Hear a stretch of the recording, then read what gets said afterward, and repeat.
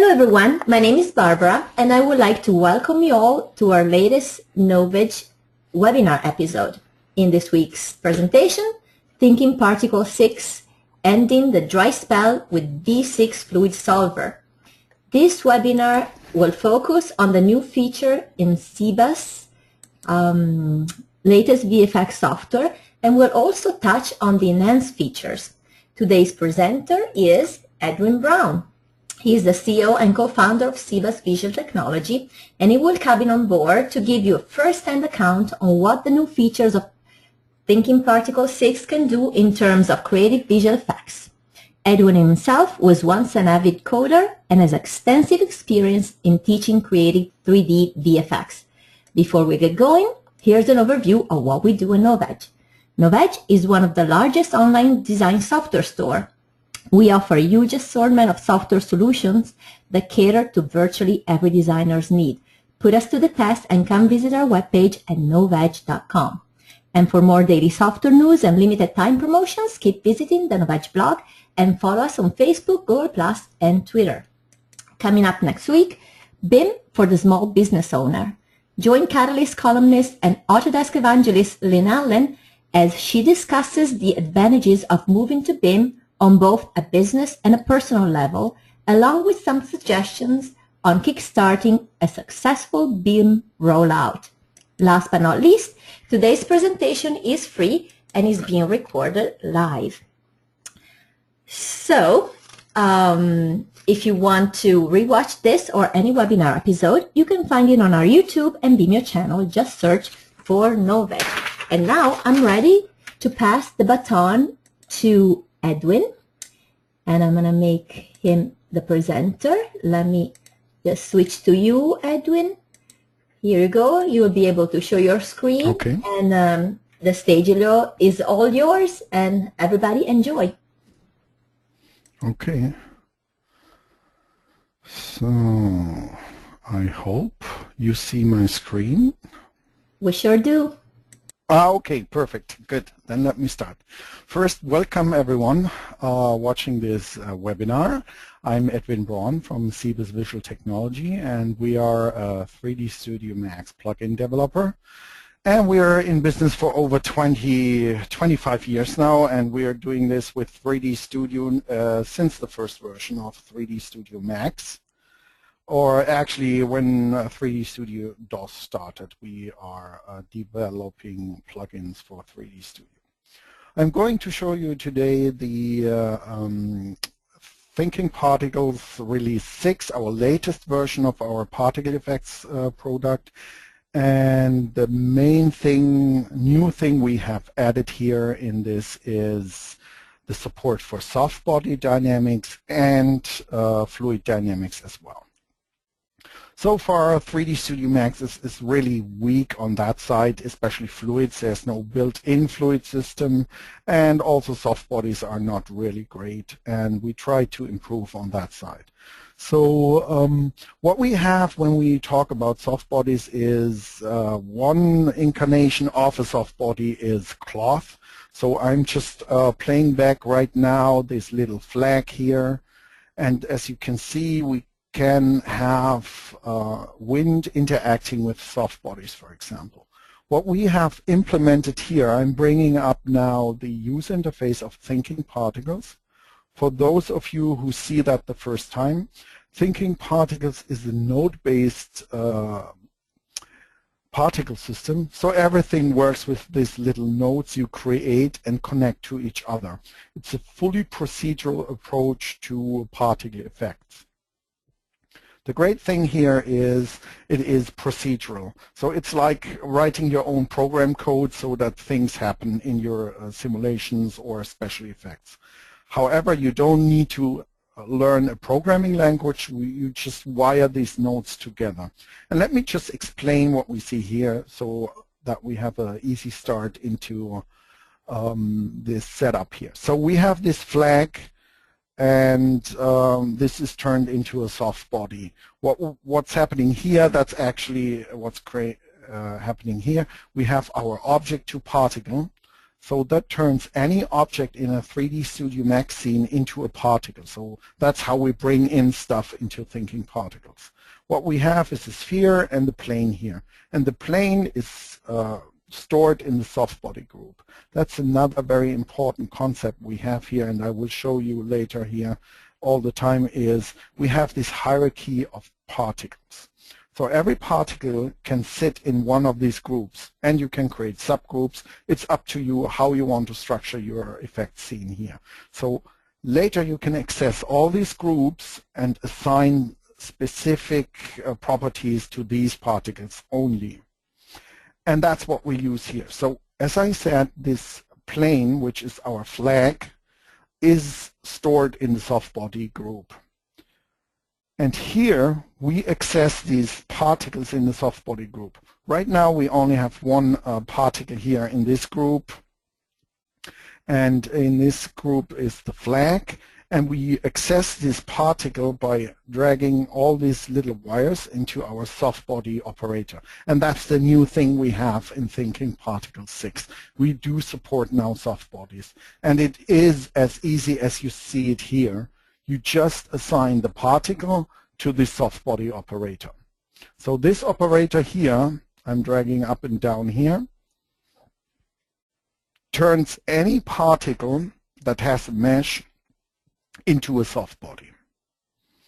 And we have a huge set of parameters for our soft body, including what's interesting now for the case of a cloth or flag is our aero model. So we actually calculate, or we use the properties of the bullet physics engine that is able to calculate aerodynamics with soft bodies. For example, let me just move that here. I still have the settings here. We have lift and drag. So these are physical properties of a soft body that will control how much drag and lift this cloth will have. Let me just reduce this to a value of 0.1. So it will have less drag. That means that the flag will fall more down to the ground. As you can see now, it nearly collapses here, and the wind really has to use a lot of force to get the flag up. On the other hand, if I increase the drag, let me just put that to something like 0.8. And again, with physics simulation, we have to be careful not to overdo the forces. It's very easy to overdo the forces. Now you can see the opposite effect. The flag is more going upward. So that's the drag we have here. And these are only a few settings here. So you could actually create a paper plane that is physically accurate, flying through air with air resistance and lift and drag. Another important parameter we have here, or option or setting, is the wind velocity. So we can adjust the wind velocity.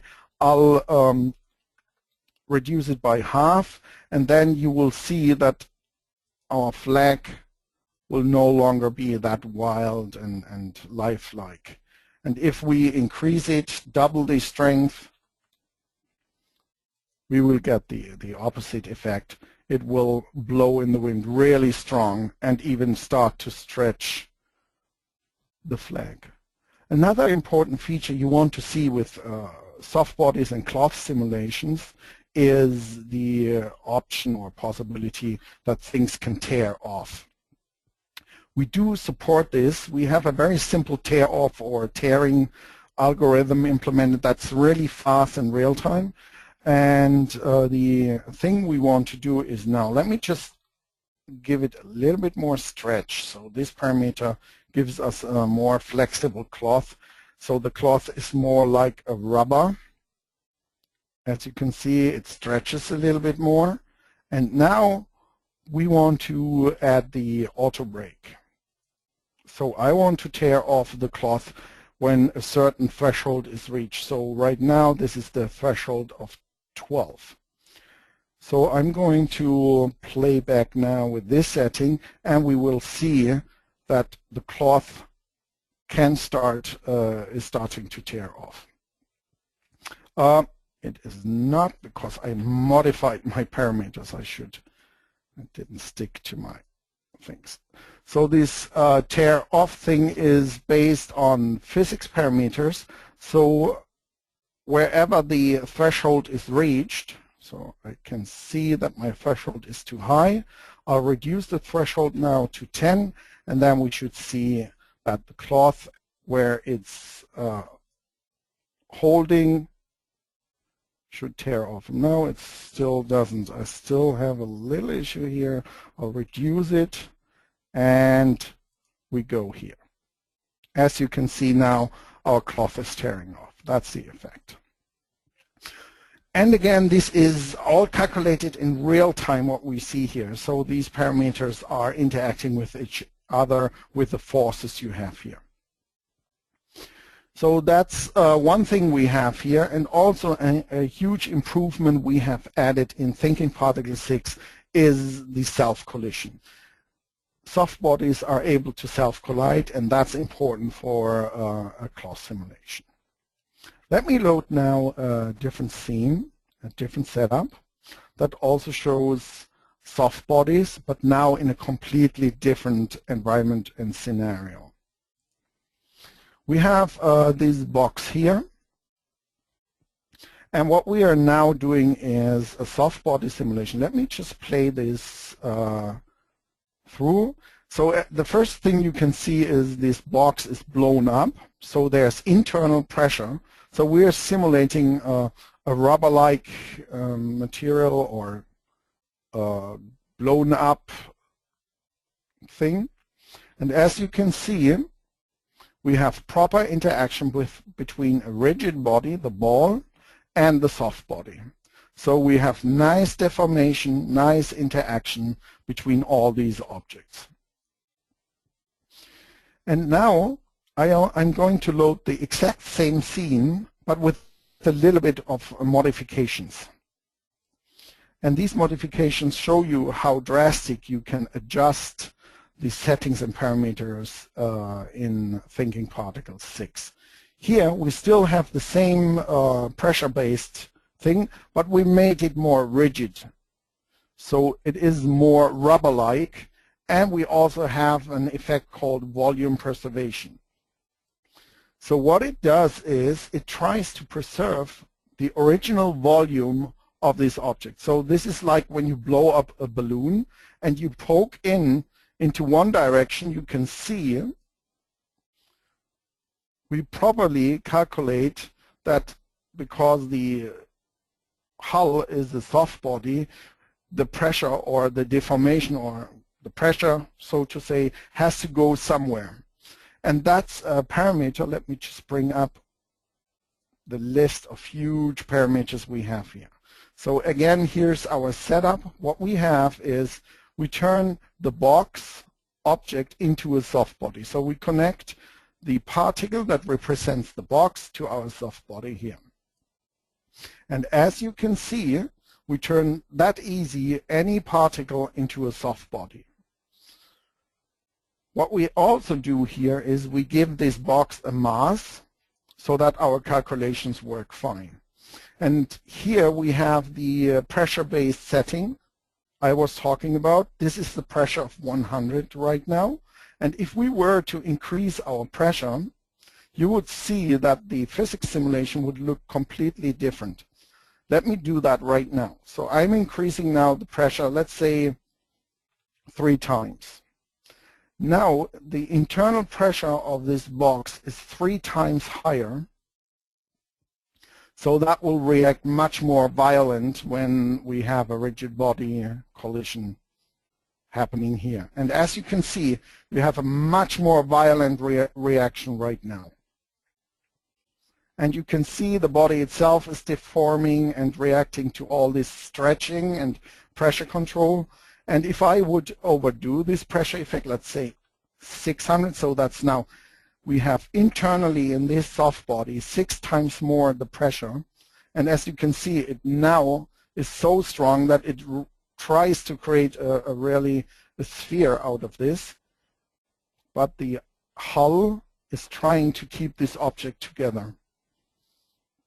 So with this higher pressure, it will try to keep its form or shape much longer and easier. There's a lot of other parameters we have here. Let me just get back to this pressure of 100. And again, the setup is really simple and easy. So once you have your rules created, you can just concentrate on your simulation settings and simulation parameters. And that's the really nice thing in thinking particles, because it's rule-based, procedurally based. You can, once you've set up your rules, you can start adjusting your simulations. The rigid body, we can also play with the rigid body thing. So the sphere falling down is a rigid body, and we assign it, and that's also a new feature we have in Thinking Particles 6. We can now decide which particle becomes a rigid body. In the past, we had this based on the particle group, so the setting was over here in the group section. Now you can actually decide only this particle becomes a rigid body, and then you put all the rigid body settings and simulation parameters based on the particle that's created. So the particle born, that's our sphere, is a rigid body, and the same thing here is we give it a mass. So if we were to reduce the mass, we would see an immediate effect in our simulation when we have this. So right now we only change the mass of the sphere that is falling down here, and with less mass we will get a much higher bounce back from our high pressure soft body. And the other way around, we can increase the mass. Let me just increase the mass a little bit, and you will see instantly the behavior changing. So now we have a much higher mass. We can even shoot through the soft body or totally deform the soft body. And again, you have to be careful with soft bodies. It's all about forces and dynamics here. So deformations, forces that try to keep the shape, the form of the object, they interact with all other forces you create in here. There's also talking and speaking about forces. We also have one basic force that makes the sphere drop down from the sky. That's our gravity. And right now we have the gravity here. It's set to 9 centimeters. We can reduce this force, for example, to 4. And then you would see that it looks more like on Moon or Mars with a reduced gravity. So everything else will react much slower, like it was slow motion. And that's also a trick we very often use in special effects here, is if you want to do a slow-mo, you just reduce the gravity, because everything reacts much slower then, because the forces in general are reduced. Okay, so that's about the soft bodies. Let me move on to other effects we have here in Thinking Particles. Let me bring back my Thinking Particles here. Another thing we did in Thinking Particles 6 is creating joints. When you do physics or simulations, and you sometimes want to join objects together to keep them together and link them. That's what happened here. So we have all these spheres around the object, and we want to join them together. Let me bring up the setup first, what we did here, because the procedural joint creation is a new thing, and I'm going to just turn off the key thing. Without joints, our simulation would look something like that. Everything would just fall down, as you can see here. So there's no joints. The spheres are all loose and falling off, and the gravity is pulling them down. So what we can do here is the same thing. We create procedurally connections between these objects, these individual objects, as you can see here. And this is done in a procedural way. So what we did here is we collect the objects These are all the spheres. They are all in this group, particle group. And we feed these individual spheres into our GeomContact operator. And what it does is it measures the distance. And this GeomContact measures the distance between objects. And if the distance falls into a certain threshold, we will create a joint with our joint operator here. So whenever two objects, object A and B, are close together, we create a joint. And right now we are creating a point-to-point joint. So this is like a ball joint. And that's the simple way to create now joints in Thinking Particle 6. Before Thinking Particle 6, it was really a messy way. You had to do a manual p-search, find the nearest objects and all this. The new GeomContact does it all for you. You just feed in the objects, it searches which objects are close to each other, and then it outputs a contact position between these two objects, and you can create automatically a joint. So it's very effective, very easy and simple to create joints so that objects don't fall apart anymore. They will stick to each other and have a joint there. And you can choose the type of joint you want. All the types we support, these are the same types we had before. So a very important new feature in Thinking Particle 6 is procedural creation of joints. Let me show you another new great feature we have, and that's the fluid simulation. Thinking Particle 6 offers multiple fluid solvers. Right now what you're going to see is our hydrofield fluid solver, and the hydrofield fluid solver is simulating a water surface or a surface, like a pool. If you want to do a pool, for example, you would use our hydrofield. What it does is, and this is playing back in real time what we see here, is it creates automatically splashes, and it creates surface ripples or surface waves. And you can combine these surface waves with foam effects and spray and splashes as well. And as you can see here, we have these nice waves, and when they hit the edge of the cube, they will reflect the waves back in. So that's our hydrofield, and the setup is as simple as the other effects we showed you, as simple as creating a soft body. You can create the same way hydrofield. So what it does is, first thing we do is we get the surrounding in, that's the box, and we get our other box into the system as well, so that's the container and this box.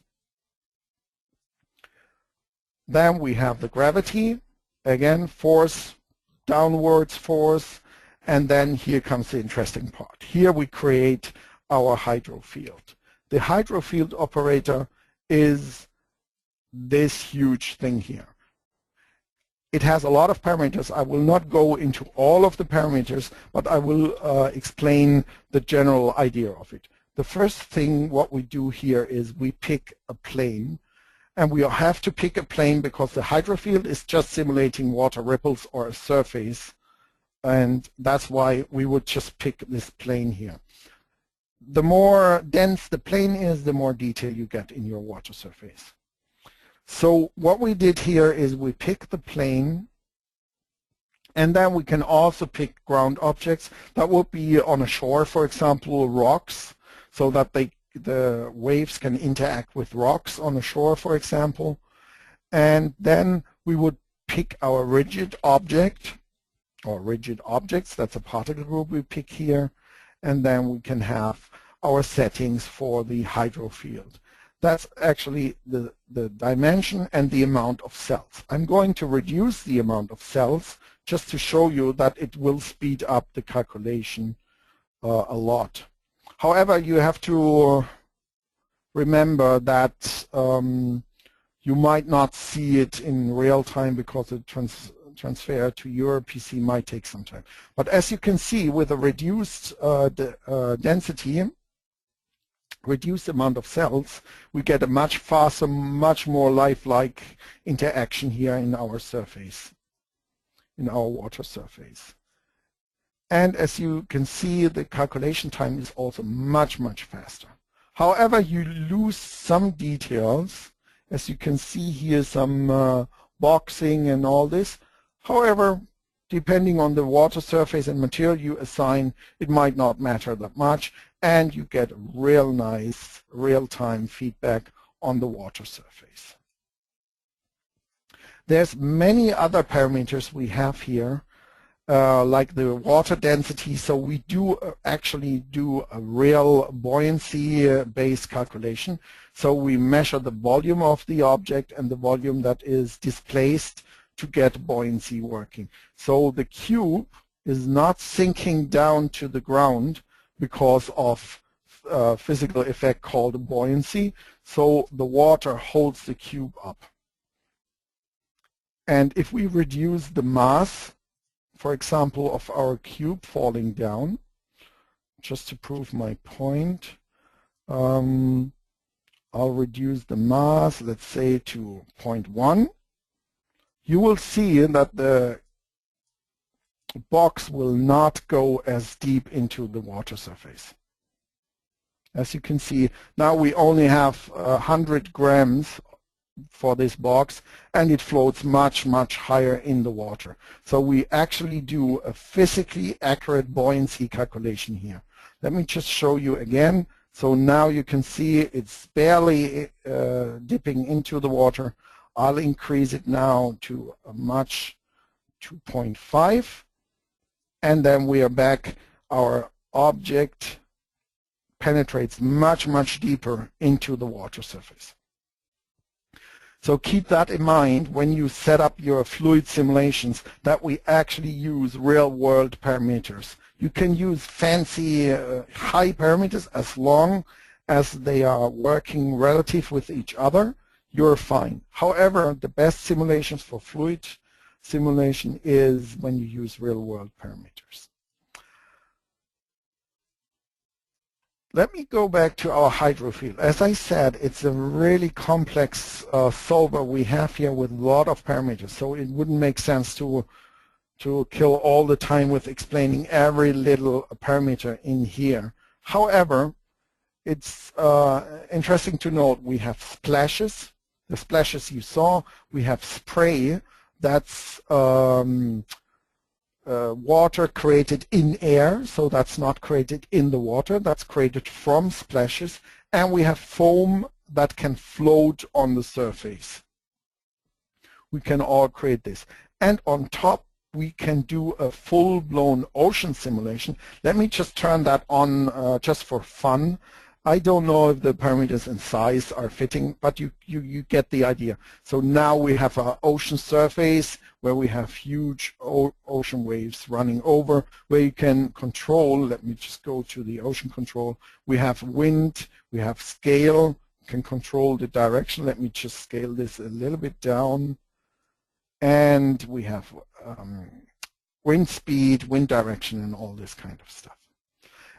And as you can see, it's pretty interactive. It's really fast. So the hydrofield is really a nice addition to Thinking Particle 6. And it's perfect for pools. You can throw in 1,000 objects into a pool, and it still works automatically. Once you have done your setup, it just works really nice.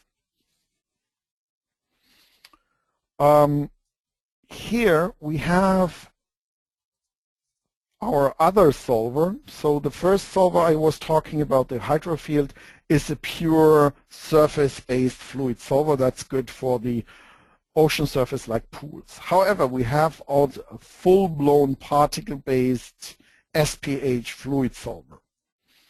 And what we have here now is a particle-based fluid simulation. And as you can see, it has collapsed body of water. I hope you see up its path and good speed. As you can see, we automatically create foam and splashes and water flow in a real nice behavior. I think we will have an updated comparison or for right PA, all the process power we get. It's really fun multi-core systems.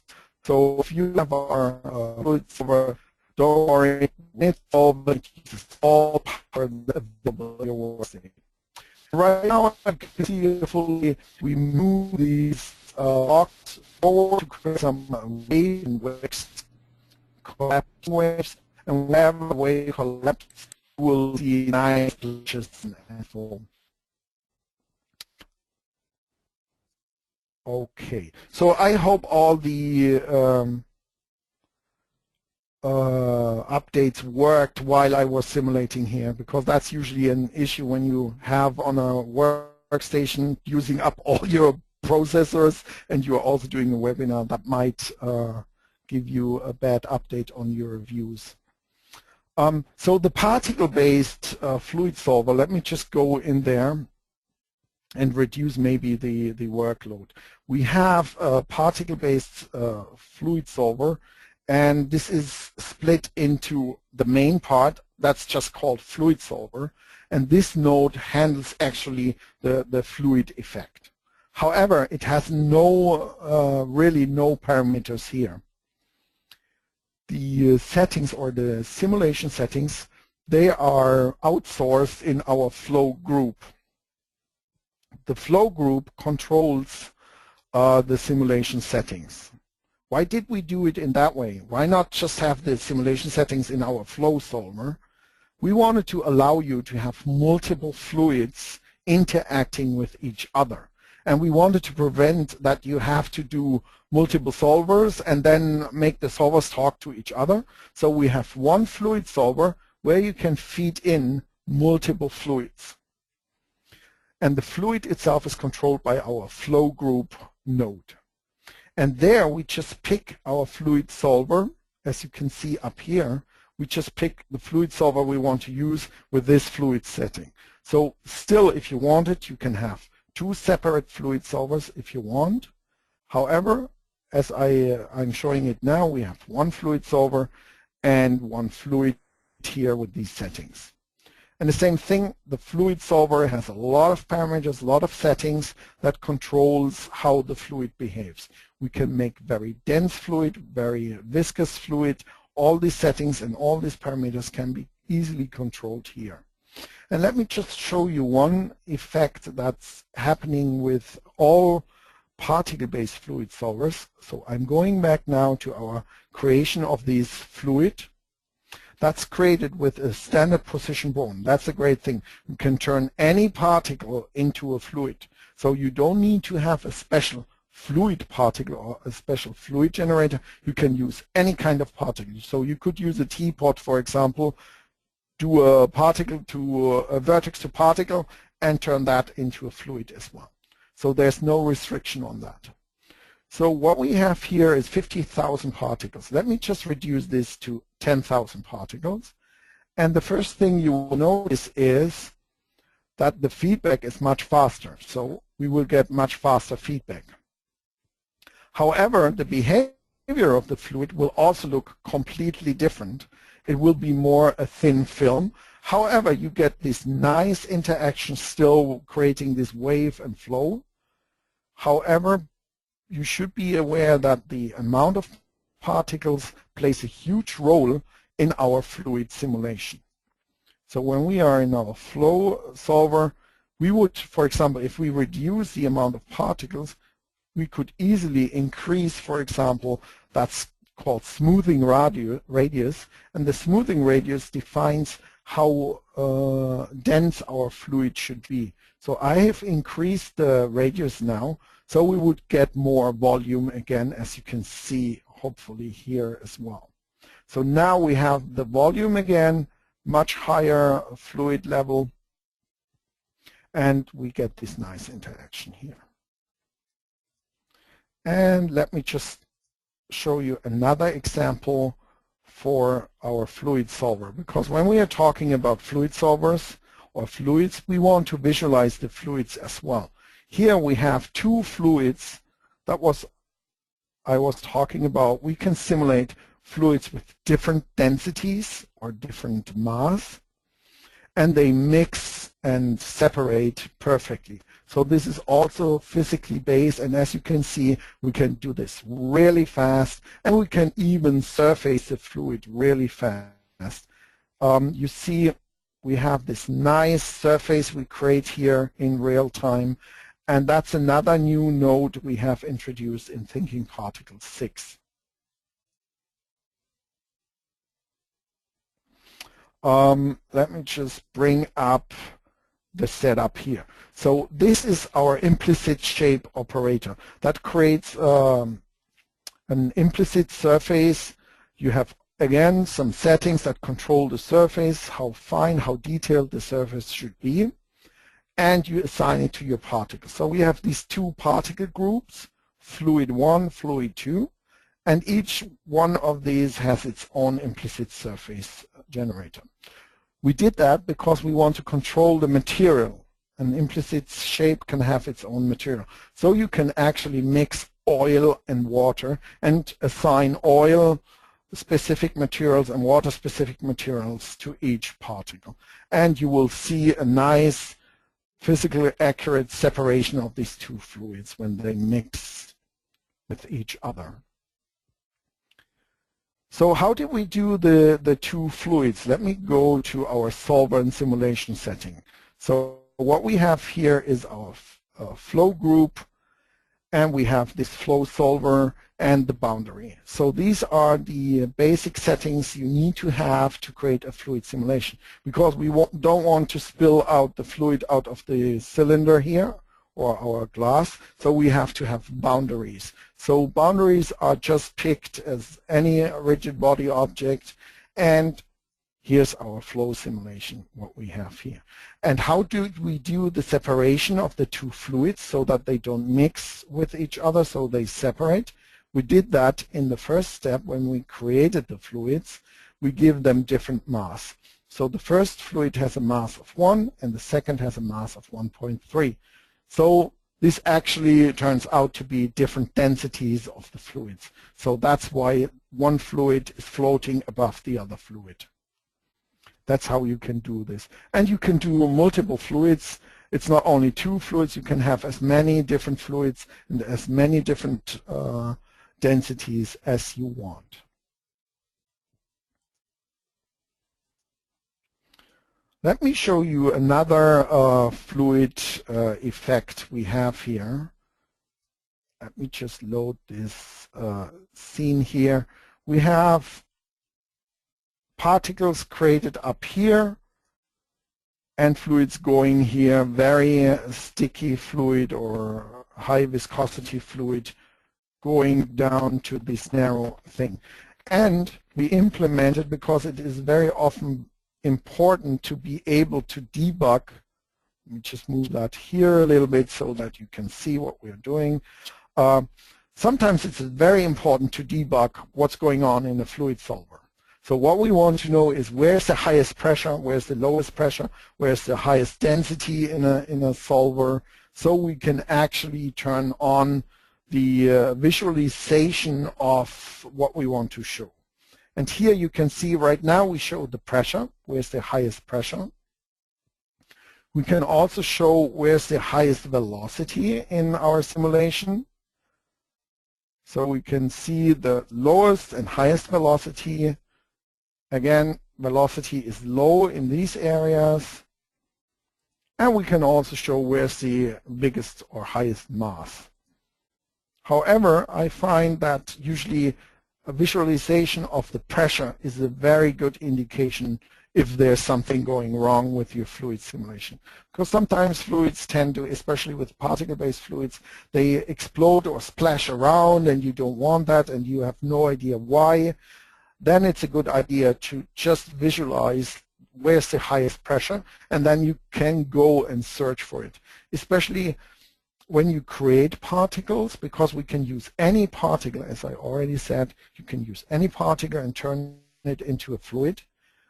Sometimes you create particles that are inside other particles, and that's not a good idea for a fluid, because fluids are meant to be non-compressible. So if you create a fluid particle inside a fluid particle, you create an insane amount of pressure, and that might explode your fluid simulation. So in that case, you can easily search, go down, what's the problem, and kill this one particle that is really bugging you. We have all these tools in Thinking Particles. You have always full control of your fluid simulation. Here we have another more complex fluid simulation. We have fluids and rigid bodies and buoyancy as well at the same time.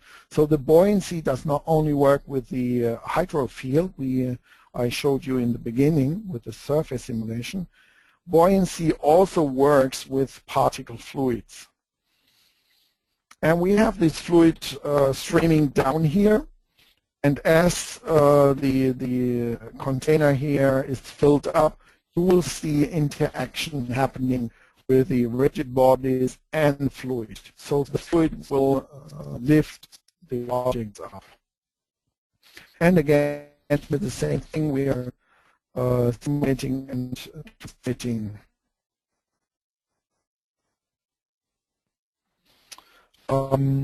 Yes, my similar voice might break up because the machine simulated very hard. Let me stop this now. You might have heard a broken up voice because we are using a multiprocessing solver approach. But you can already see here we have this nice lift on the donut here. And you see the water is interacting with this object, and you start to see buoyancy. And in the end, all the objects will be floating on top of the surface. And again, that's a particle-based fluid simulation we have here.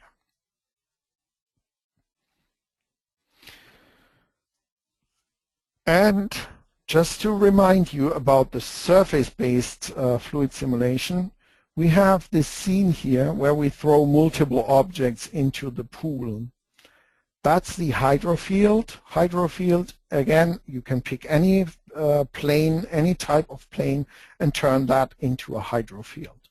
So I'll play this back as well, and you will see these little rubber duckies falling into the pool and creating all these ripples you see here. So you can have multiple objects falling into the pool. You can have 100,000 of these rubber duckies, and you will get nice splashes and wave interaction in the pool. And the setup is always the same. You define your objects. We create the objects. How we create the rubber duckies is with a position bar. When we place it, we turn them into rigid bodies, give them the parameters we want to give them, assign them a mass. We want to have some randomness when we drop the duckies, and we want to actually use a rubber duck as a geometry, so we assign the shape as well. So these particles are created, so I can create right now, I'm doing 15 rubber duckies. I can easily go down to 5 rubber duckies. Let me go back, and if we move out here, let me just play back here. So we only have 5 rubber duckies here distorting our water surface. And again, you can fine-tune the surface, you can fine-tune the parameters, and if we wanted, we could do the same trick again I did before, where we had in our hydro field, and sorry for jumping from one solver to another, I just wanted to show you all the options and parameters we have here. So I'll turn on the ocean simulation again, and you will see when we start the simulation, you will see we already have ripples on the surface and the ocean simulation playing here. And on top of this, all your objects will probably have buoyancy with the waves going over the ocean surface. So as you can see, we have a very complex and powerful fluid simulation system here in Thinking Particles 6 that allows you to do really amazing special effects. Let me now go to another scene I have here. I want to show you with a very thick fluid, very high viscosity, and let me just play this back for some seconds here. You will see this fluid sticks like very sticky stuff. It sticks on the surface. And I want to show you what I found really amazing is with Thinking Particles together with our renderer, Mosquito Render. So I'm switching to active shade mode now. And I'm bringing up our renderer. If you don't know, Mosquito Render is our GPU-based renderer, and I keep Mosquito Render just open here. And what we can do now is interact with this scene. I can zoom in and I get a real-time rendering, including global illumination, shadows, refraction, reflection, everything. And I found that adjusting our ISO surfacer with this mode open, let me just bring up our ISO surface implicit shape operator. I found that interacting with that is really nice and great, because you see the final rendering in here. So if I were to reduce, let me just reduce the resolution of our ISO surface. You see, now I see these edges here, very low resolution. If I even overdo it and go lower, we will see a breaking up of our ISO surface, and that shows me I can really interactively see in real time with our renderer and Thinking Particles. It works so beautiful together. I can adjust the quality of my surface for the fluid in real time. And the great thing is, if I keep on playing here, you will see real-time updates, ray tracing, global illumination, reflection, refraction here in real time. And the same is true now for other parameters. If I wanted to adjust our surface to look a little bit more accurate, I'll increase the subdivisions here for our surface, and you start seeing now nice edges, nice surfaces. And another thing we can do here is speed up the creation a little bit. We can make our surface a little bit bigger. So we adjusted this parameter here. Let me just give it a little bit more radius. So everything we do here now, we have a really big surface created here. So just as a reminder, Thinking Particles works with other renderers as well, nicely together. However, if you have a GPU render like Mosquito Render, you get everything on the go, in real time. You can see interactively what's going on here. Okay, I think we are getting close to our session, and again, the time was not enough to show you all the great stuff you can do with Thinking Particles 6. So I will load up my last scene here, and then we are back to questions and answers if we want that.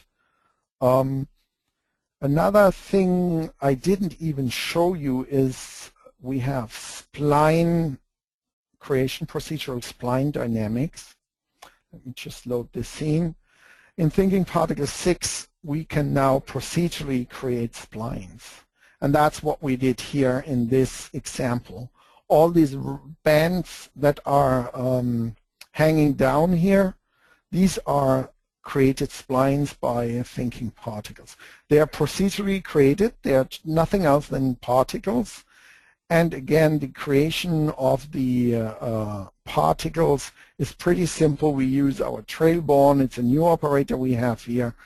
We create a spline based on our trails, and we can interactively create very complex objects procedurally based on particles. And when you have splines and particles and do use them in a nice combination, you can even create veins that grow on outside of a head. Let me just show you what we do here. Zoom in a little bit. We have these splines growing randomly on the surface of this object. And the longer the simulation runs, the more splines we create. So you can create really amazing and awesome special effects just with our new spline operator we have in Thinking Particle 6. So I think I'll stop now because we're coming to the end, and we have about maybe 10 minutes of question and answers if you want to see anything special or have questions. Sure, Edwin. Thank you so much. That was riveting. The fluid simulation was so powerful. I was seasick for a minute. But we have a couple of questions. First of all, what is the computer configuration the presentation is made on? Oh, that's a very old Intel system. It's a dual. Let me just bring up the stats. It's a very old Xeon system. It's not the latest computer we have here. So it's just 8-core. It's a dual quad, yeah. 1, 2, 3, 4. So we have 8 cores running here. And that's this PC is easy 6 years old. Right, cool. And then I have a Titan graphics card in here for the rendering. Thinking Particle 6 doesn't use any GPU yet. We are working on our next release to add some GPU support, but for now it's CPU based only. So that's why you might have heard my voice breaking up when everything is at 100% for doing the fluid simulations. Yes, we had a little that for a while. We were a little worried, but then he came back. Yeah. That's all right. I think it was just minimal. Now, the other question is, with the bullet soft body, are you able to tear on impact or even on a pressure threshold? Yes, we have one option on impact. Let me see if I find that. The tearing is, as I said right now, it's highly optimized and very simple. But you can do that on impact. Let me see if I have on impact something. Maybe I find an example. But yes, it's possible.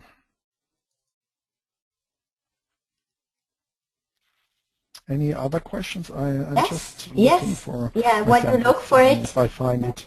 Yes, the next question is, does H field work with FR Ocean? The height field has, you mean the material? Yes, yeah. It works with FR Ocean, yes. Great, and I think the questions, yeah, that's it. If you can find the material, otherwise I think you answered